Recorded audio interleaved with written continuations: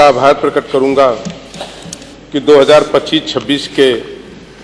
इस बजट पर आपने हमको अपनी बात रखने का अवसर दिया। मैं बधाई भी दूंगा और धन्यवाद भी दूंगा माननीय मुख्यमंत्री जी और जिसे माननीय संसदीय कार्य मंत्री जी ने बजट को पढ़ा है। निश्चित रूप से वो स्वागत योग्य है और किसी भी एक विकसित राज्य के लिए और वहाँ रहने वाले विभिन्न तबके के लोगों के लिए पूरे वर्ष का जो रोड मैप होता है, बल्कि हम कह सकते हैं उनका जो भविष्य का निर्धारण करता है, वो उस सरकार का उस वर्ष का बजट होता है। हम आभारी इस बात के लिए भी हैं कि उत्तर प्रदेश जिसकी सबसे बड़ी आबादी देश में है, वहीं उस आबादी का जो सबसे बड़ा हिस्सेदार है वो किसान है, अन्नदाता है, जिसकी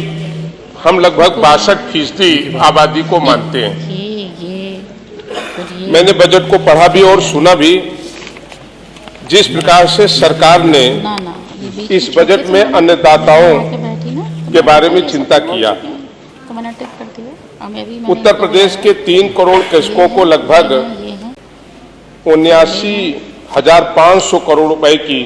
धनराशि डीबीटी के माध्यम से, प्रधानमंत्री फसल बीमा योजना के अंतर्गत लगभग 496 करोड़ क्षतिपूर्ति के रूप में, पीएम कुसुम योजना के अंतर्गत 22,089 सोलर पंपों की,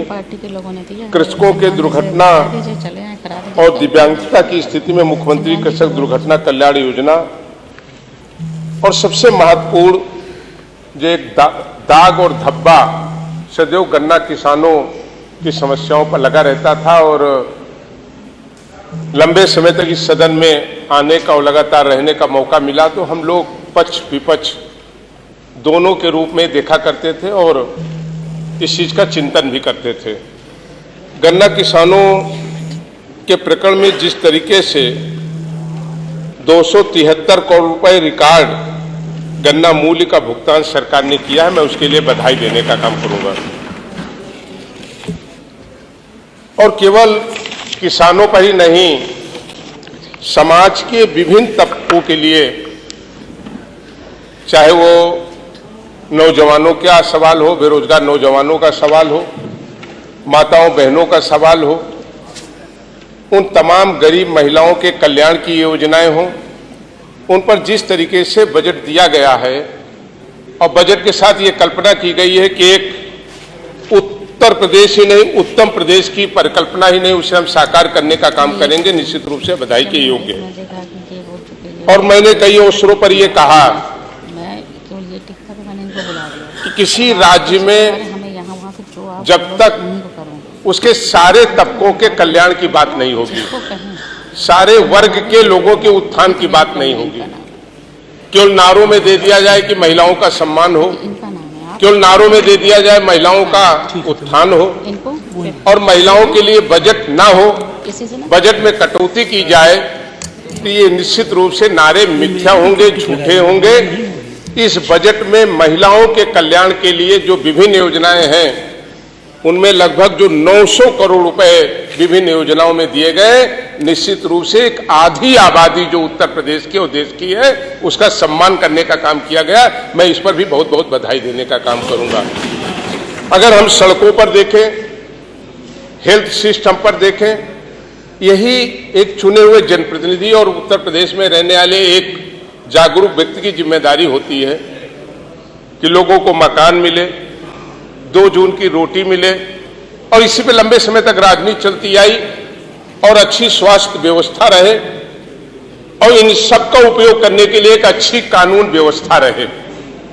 अगर ये तीनों चीजें होती हैं और कानून व्यवस्था मानवर अच्छी ना होती, जैसे हमारे माननीय मंत्री जी ने जिक्र किया एक घटना की, निश्चित रूप से ये बहुत दुर्भाग्यपूर्ण है। आजादी कितने लंबे वर्ष बीत जाने के बाद और जब उत्तर प्रदेश सरकार ने ये एहसास कराने का काम किया है पहली बार उत्तर प्रदेश में कि अब गुंडों की नहीं चलेगी, उत्तर प्रदेश में कानून का राज है और जो कानून को तोड़ने का काम करेगा वो सजा का भोगी होगा।